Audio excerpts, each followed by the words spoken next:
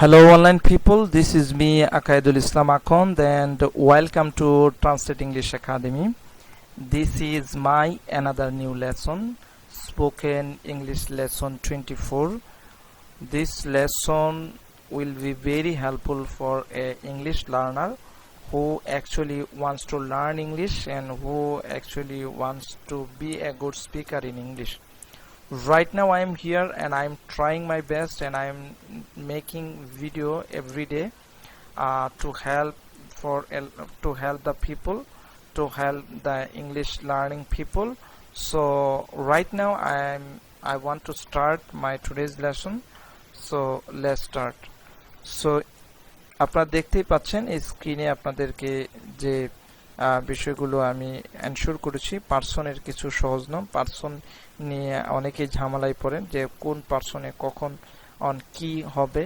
Person that means হচ্ছে ব্যক্তি, so এটা বস্তুও হতে পারে, আবার কোনো সাবজেক্টের ক্ষেত্রে হি সি আমরা যেটা বলি, যেমন কোনো ব্যক্তিও হতে পারে, বস্তুও হতে পারে।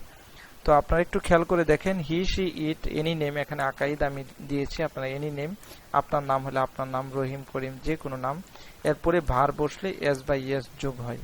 তাহলে আপনারা দেখেন, আপনি যদি কথা বলেন সে ভাত খায়, তাহলে কি হবে? হি eats rice.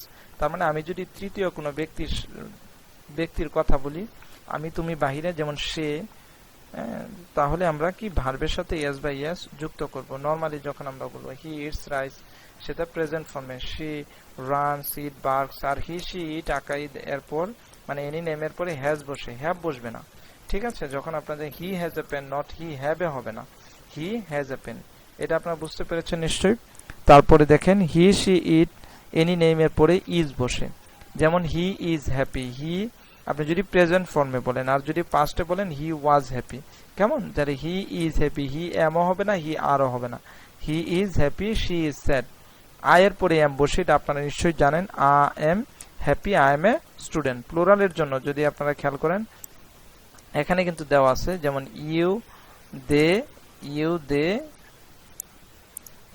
They, we, are, if and রিফাত, প্লুরাল, মানে এই এরপরে কি বসবে? আর বসে। তার মানে ইউ বলতে এখানে বোঝানো হচ্ছে তোমরা, দে তারা, উই আমরা, আর আরিফ এন্ড রিফাত যদি দুইটা নাম একসাথে যুক্ত থাকে তাহলে প্লুরাল হয়, তাহলে এরপরে কি বসবে? আর বসে। দে আর স্যাড, উই আর হ্যাপি। প্লুরালের ক্ষেত্রে হ্যাভ বসে, যেমন প্লুরাল যদি আমরা থাকি, যদি হ্যাজ এর ব্যবহার দেখি হ্যাভ হ্যাজ, তাহলে এখানে হ্যাভ বসবে প্লুরাল, যেমন they have, you have, we have, ঠিক আছে? যেমন we have a car, they have a pan. Third person সিঙ্গুলারের পরে ভার্বে এস বসবে নাকি ইয়েস বসবে, এটা কিভাবে আমরা বুঝবো? আজকের এই ক্লাসের মাধ্যমে আপনারা এই সমস্যার সমাধান পেয়ে যাবেন। খেয়াল করে দেখেন, বেশিরভাগ ভার্বের পরে এস বসে, example he wax, she Tux, E trans. তার মানে যখন আমরা দেখব এই বেশিরভাগ ভার্বে, এখানে আমি বলতে পারবো না যে কনসোনেন্ট থাকলে আমরা এস দিব, বিষয়টা তা না। তো এই ক্ষেত্রে কখন ইয়েস বসবে, এটা যদি আপনারা খুব ছোট্ট নিয়মটা শিখতে পারেন, তাহলে আপনার এই এস এর ইএস এর ঝামেলা শেষ হয়ে যাবে। যেমন কোনো ভার্বগুলো যদি আমরা শেষে দেখি, ভার্বের শেষে এস, এস, সিএস, এক্স অথবা ও দিয়ে শেষ হয়, এইটা থাকবে ভার্বের শেষে, তাহলে আপনারা ইএস দিয়ে প্লুরাল করবেন। দ্যাট মিন্স হচ্ছে সাবজেক্ট যদি হি সি ইট এনি নেম হয়, তাহলে আপনারা ইএস দিবেন। কখন? যখন ভার্বের শেষে এস, এস, সিএস, এক্স অথবা ও দিয়ে ভার্বটা শেষ হয়। Example, he passes, she passes, আমরা এই যে আমি ইন্ডিকেট করে দিয়েছি, she washes, it catches, he fixes, she goes, ঠিক আছে? লাস্টে ও আছে। ভার্বটা মূলত ভার্ব ছিল হচ্ছে গো, এই ও এর পরবর্তীতে ইএস আমরা যুক্ত করেছি। তাহলে যদি ভার্বের শেষে কনসোনেন্ট প্লাস ওয়াই থাকে, তাহলে ওয়াই বদলিয়ে আই হয়, তারপরে ইএস যুক্ত করতে হয়। আপনারা খেয়াল করে দেখেন, হি ট্রাইস, যেমন she flies, it cries, cry C R Y, মূলত এটা ছিল ক্রাই, তাহলে ওয়াই চেঞ্জ হয়ে কি হয়ে গেছে?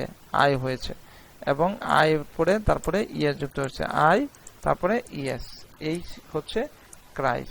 তাহলে ফ্লাই একই ঘটনা, আশা করি আপনারা বুঝতে পেরেছেন। ফ্লাই এই আই, ওয়াই চেঞ্জ হয়ে আই হয়েছে, তারপরে ইএস, ঠিক আছে? তো এটা যদি আমি এই পিকচার দিয়ে যদি একটু বর্ণনা করি, it is a dog, its name is Tommy, it is a good dog, it is gentle, it cats, it eats chicken and beef, it is sitting now, it can bark, it can run, it can jump, it eight breakfast, এটা past ইনডিফিনিটে, তার মানে এটা অতীতের ঘটনা, সে breakfast করেছিল। It has a toy, it has a colour, it is tired, it has to sleep, মানে আমরা বলি না আই হ্যাভ টু স্লিপ, আমাকে ঘুমাতে হবে, হি হ্যাজ টু স্লিপ, তাকে ঘুমাতে হবে, ইট হ্যাজ টু স্লিপ, ইহাকে ঘুমাতে হবে। ইট শুড স্লিপ নাও, ইট মানে হচ্ছে এখানে কিন্তু প্রাণী এবং বস্তুবাচকের ক্ষেত্রে ইটের ব্যবহার আসছে। তো আপনারা দেখছেন এখানে যেহেতু কুকুর ডগ আসছে, এটা যেহেতু প্রাণীবাচক এই জন্য ইটের ব্যবহার আসছে। But it wants to play, it wants, এই যে ইট তারপরে যে ওয়ান্টস, ঠিক আছে, it's wants a new toy. আশা করি আজকের ক্লাসটা আপনারা বুঝতে পেরেছেন। তো পরবর্তী ক্লাসটি আমি চেষ্টা করব ডিফারেন্ট কিছু নিয়ে আসার জন্য। সেই পর্যন্ত আপনারা বাসায় প্র্যাকটিস করবেন এবং খুব বেশি বেশি ইংরেজি বলার চেষ্টা করুন। তো সবাই ভালো থাকবেন, সুস্থ থাকবেন। পরবর্তী ক্লাসে আসার আগ পর্যন্ত আপনারা বাসায় চর্চা করতে থাকবেন। আল্লাহ হাফেজ।